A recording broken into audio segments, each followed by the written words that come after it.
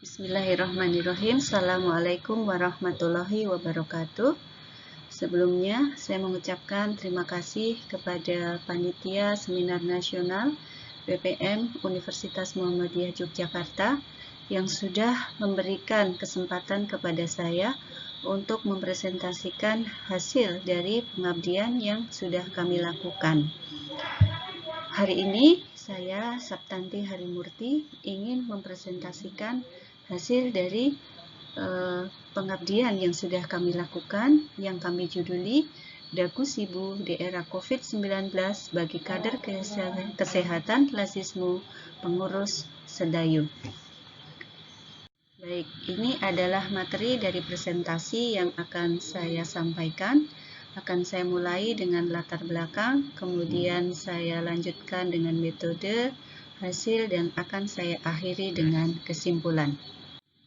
Baik, yang menjadi latar belakang pengabdian masyarakat ini adalah bahwa dengan meningkatnya populasi pasien penyakit kronis seperti kanker, penyakit paru obstruktif kronik, kemudian PPOK kronik maksudnya, kemudian HIV, diabetes mellitus, dan dengan komplikasi baik itu stroke, gagal ginjal, dan gangguan jantung ataupun demensia, dan pasien ini banyak dirawat di rumah dan di tengah keluarga, masyarakat, sehingga kondisi ini menjadi tantangan yang besar dari pengurus Muhammadiyah daerah Sedayu.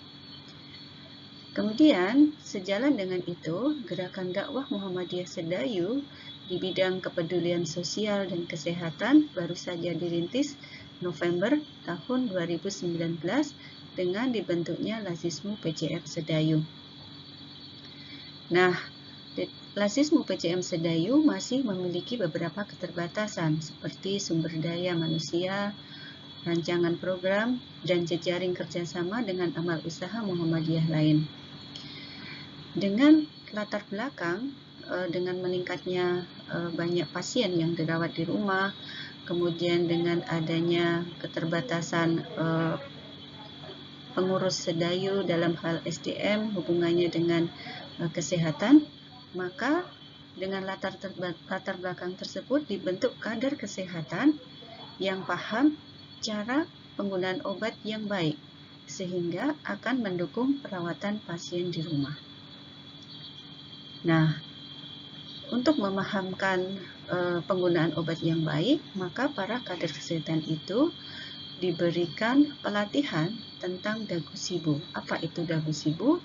Yaitu suatu pengetahuan bagaimana cara mendapatkan obat yang baik, bagaimana cara menggunakan obat yang baik, bagaimana menyimpan obat yang baik, dan bagaimana cara membuang obat yang baik. Nah, metode dalam pelatihan itu adalah bahwa pelaksanaan pelatihan itu dilaksanakan dengan sosialisasi, dengan sosialisasi yang dilakukan di Masjid Darussalam Ngentak, Sedayu, Bantul. Nah, pelaksanaannya itu dilaksanakan pada tanggal 15 Maret tahun 2020. Itu adalah beberapa hari sebelum pemerintah mengumumkan adanya social distancing. Nah, pelatihan diikuti oleh 16 orang kader kesehatan Muhammadiyah yang berasal dari ranting-ranting Muhammadiyah di wilayah kerja Lasismu Sedayu. Nah, untuk mengetahui keberhasilan pelatihan, maka dilakukan pre dan post test, serta dilakukan monitoring terhadap pengetahuan Dagu Sibu pada para kader kesehatan. Nah, monitoring saat ini dilakukan pada bulan April tahun 2020, jadi 1 bulan setelah dilakukannya pelatihan. Nah, ini adalah hasil dari pre dan post dari seluruh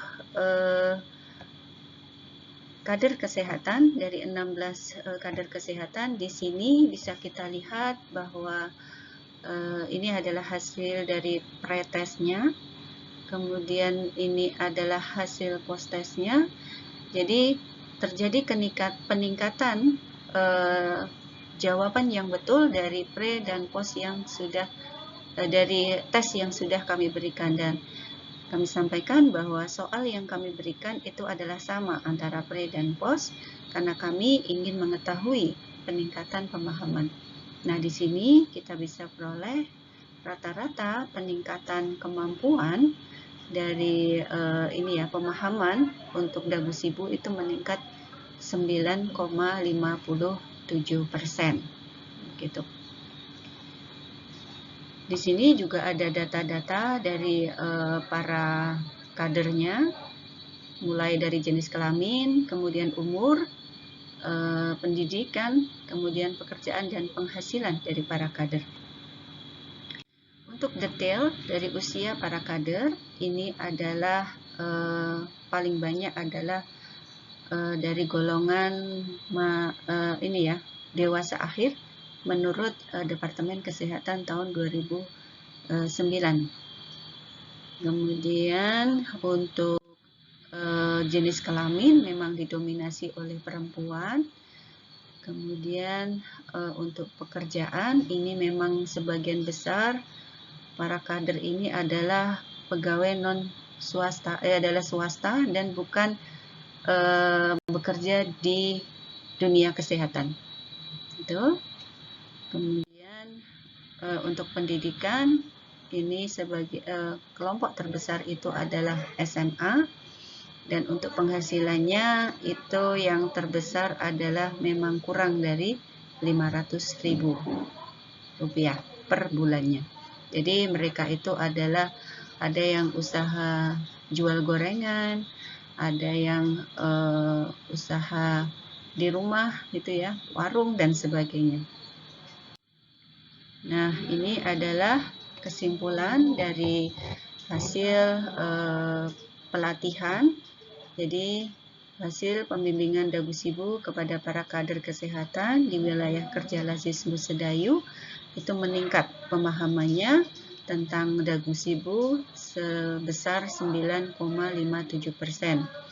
Dan dari hasil pemantauan setelah 1 bulan pelaksanaan Dagu Sibu dan waktunya adalah bertepatan dengan pandemi COVID, itu menyatakan bahwa dari 4 kader yang memberikan balasan ini memahami tentang Dagu Sibu dan bisa menerapkannya di masa pandemi COVID-19.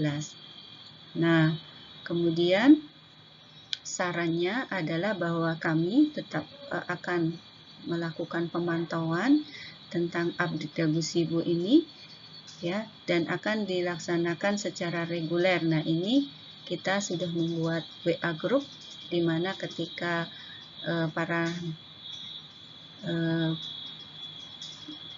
kader ini mengalami kesulitan, ini nanti akan kita masukkan dalam WA group, kemudian kita akan memberikan update-nya. Demikian apa yang dari presentasi kami. Untuk publikasi ini bisa kita dapatkan di YouTube ya, untuk video pelaksanaan. Kemudian dari pengabdian ini juga kita menghasilkan sebuah buku panduan praktis untuk Dagu Sibu untuk orang awam dan orang kesehatan, dan ini sekarang sedang dalam proses hak cipta. Terima kasih atas kesempatan yang sudah diberikan.